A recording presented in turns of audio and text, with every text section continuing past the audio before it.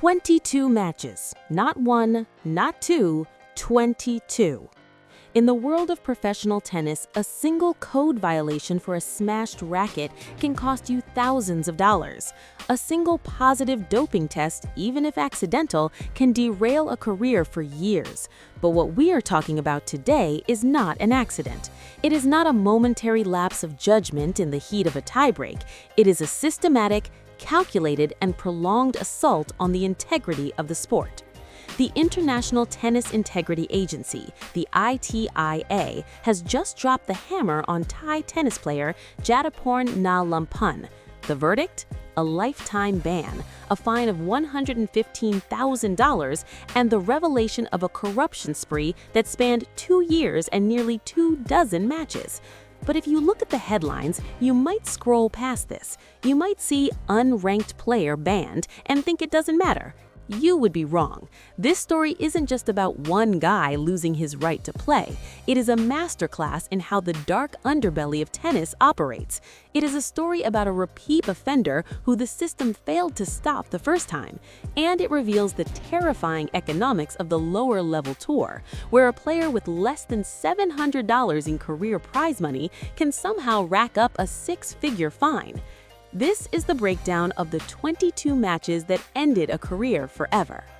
According to the official ruling released by the ITIA in September 2025, Jatuporn Na Lamphun has been found guilty of breaching the Tennis Anti-Corruption Program, or TACP, multiple times. Specifically, he was charged with facilitating or attempting to facilitate the fixing of 22 matches between 2023 and 2024. Let's pause and look at that timeline. 2023 and 2024. This isn't ancient history. This was happening while you were watching Alcaraz and Swiatek lift Grand Slam trophies, while the cameras were focused on the bright lights of center court. Na Lamphun was operating in the shadows of the ITF circuit, the developmental tier of professional tennis. The charges are damning. The ITIA report states that in 18 of those 22 matches, Na Lamphun was not just fixing his own performance, he was offering or providing money to others. This is the critical detail that changes everything. If a player tanks a match for money, they are a corrupt competitor. But if a player is offering money to others to tank matches, they are no longer just a player. They are a broker. They are an agent of corruption. They are a virus inside the locker room. To understand how a player gets to this point, we have to look at the receipts of his career. And the most shocking receipt is his prize money profile. If you pull up his ATP profile, you will see a career high ranking that barely registers. You will see total career prize money listed in the hundreds of dollars. Some sources cite as low as $682. Now do the math. The ITIA fined him $115,000. How does a player who has earned less than the cost of a flight to a tournament get hit with a fine nearly 200 times his career earnings? Because that is where the real money is. In the dark market of match fixing, the prize money is irrelevant. The betting handle is everything. This wasn't Na Lamphun's first strike, and this is where the story gets frustrating for anyone who loves this sport. According to historical records, this same player was suspended back in 2016. He was 22 years old at the time. The Tennis Integrity Unit, which was the predecessor to the ITIA, suspended him for 18 months and fined him $5,000. His crime back then? Betting on tennis matches. He admitted to placing bets between July and November of 2014. He was young, he was unranked, the authorities gave him a slap in the wrist. An 18-month ban is significant, but it leaves the door open. It says, go away, think about what you did, and come back a better sportsman. He came back, but he didn't come back to play. He came back to scale up his operation. The jump from placing a few bets in 2014 to facilitating the fixing of 22 matches in 2023 is a massive escalation.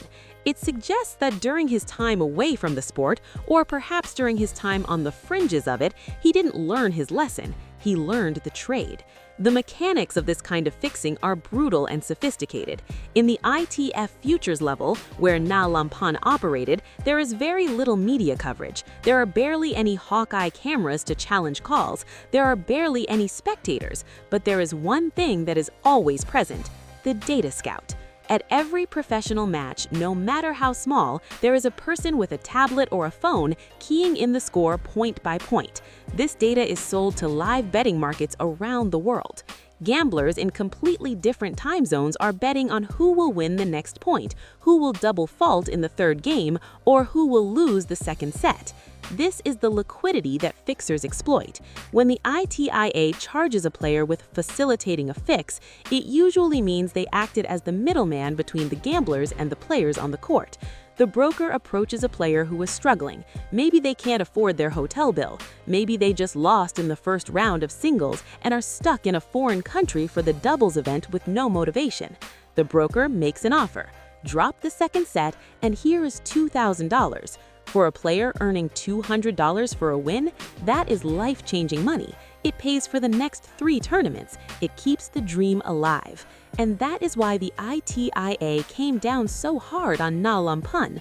By offering money in 18 different matches, he wasn't just cheating, he was preying on the financial vulnerability of his peers. He was weaponizing the poverty of the ITF Tour against the integrity of the sport.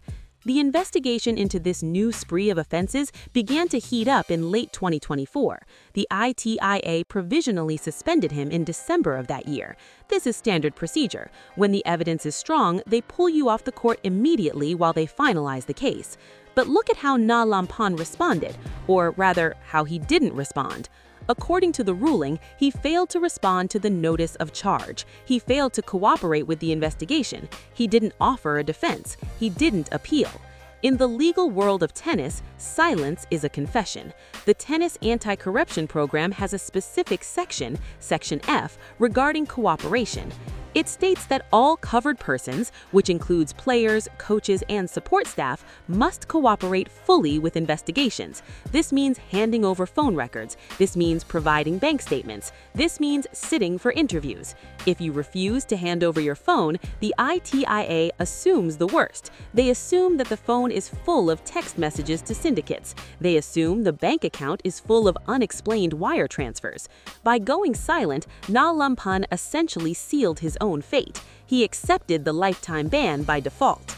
But why would he do that? Why not fight it? Because in all likelihood, the evidence was overwhelming. The ITIA tracks betting alerts. They work with Sport Radar and other integrity partners to monitor the global betting markets. When a match involving an unranked player suddenly sees $50,000 wagered on a specific scoreline, a red light goes off in London. If that happens once, it's suspicious. If it happens 22 times involving the same individual, it's a smoking gun. The fine of $115,000 is largely symbolic. The ITIA knows they will likely never collect that money from a player with no official earnings. But the number is important. It sends a message to the rest of the locker room. It says that the cost of corruption is total ruin.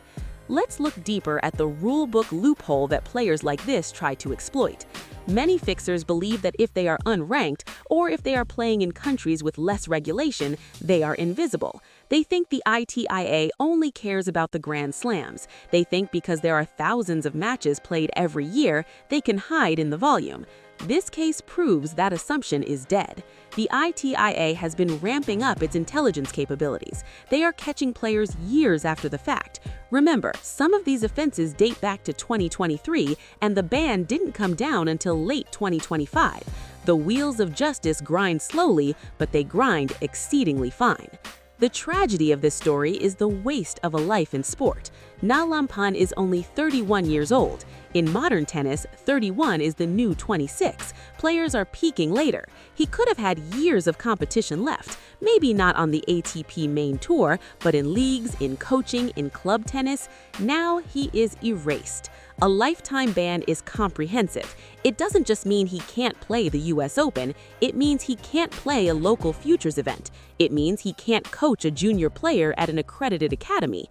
It means he can't even buy a ticket to sit in the stands at Wimbledon. He is persona non grata in the entire ecosystem of tennis. he is not allowed to attend any tournament authorized by the ATP, the WTA, the ITF, or any national association. If he walks onto the grounds of the Australian Open, security will escort him out. This creates a ghost, a person who dedicated their life to a craft only to be permanently exiled from it. But we have to save some of our scrutiny for the system itself. How was a player who was suspended for corruption in 2016 allowed to reintegrate into the sport so seamlessly that he could organize 22 fixed matches a decade later? The tennis authorities have a difficult balance to strike. They believe in rehabilitation. They believe that a young player who makes a mistake betting on a match should get a second chance. And most of the time, that works. Most players who serve a suspension come back scared straight. They follow the rules, but there are the predators, the ones who realize that fixing matches pays better than winning them. For these players, the second chance is just a business opportunity. It's a chance to use their access, their locker room badge, their player credential to get close to the action again. The Nat Lamphun case is likely to trigger a review of how the ITIA handles repeat offenders. We might see stricter probation periods. We might see more invasive monitoring for players returning from corruption bans. Imagine you're an 18-year-old kid playing your first year on the tour. You are in a foreign country, you don't speak the language, and you're running out of money. An older player, a guy like Nat Lamphun, comes up to you in the locker room. He's friendly, he speaks your language, he buys you lunch. Then he asks for a favor. Just drop the first set, no one gets hurt. You can still try to win the match in 3, but drop the first set and here's $500. That is the moment of truth. And that is the moment the ITIA is trying to police. The 22 matches in this case represent 22 moments where that integrity broke down. 22 times where the script was written before the first ball was hit. It's uncomfortable to talk about. We want to believe that every unforced error is just a mistake. We want to believe that every double fault is just nerves. But cases like this force us to look at the game with a more cynical eye. When you see a player collapse from a winning position, losing 12 games in a row, was it a mental block or was the fix-in? When you see a player withdraw with a mysterious injury right before a match where the betting odds shifted wildly, was it a strained calf or was it a call from the broker? Jatuporn Na Lamphun will never hit another ball in professional tennis. His name will disappear from the rankings, what little presence he had. But his case will remain in the casebooks as a warning. It is a warning that the eye in the sky is real, that the digital footprint of a fix never goes away, and that no matter how small the tournament, no matter how small the prize money, someone is always watching. The ban is effective immediately, the fine is outstanding, and the career is over. For the rest of the tennis world, the tour moves on to the next city. But for 22 opponents who stood across the net from a fix, for the fans who bet on matches that were decided in a hotel room, and for the sport itself, the damage is done. The next time you see a medical timeout that seems to take a little too long, or a shanked overhead that lands in the bottom of the net, remember this story. Remember that sometimes the drama on the court is real, and sometimes it's just a performance paid for by the highest bidder. Tennis is a beautiful game, but it is also a business, and in the business of betting, there is no such thing as a friendly match. This is Netcord News, exposing the lines the players cross when they think no one is looking.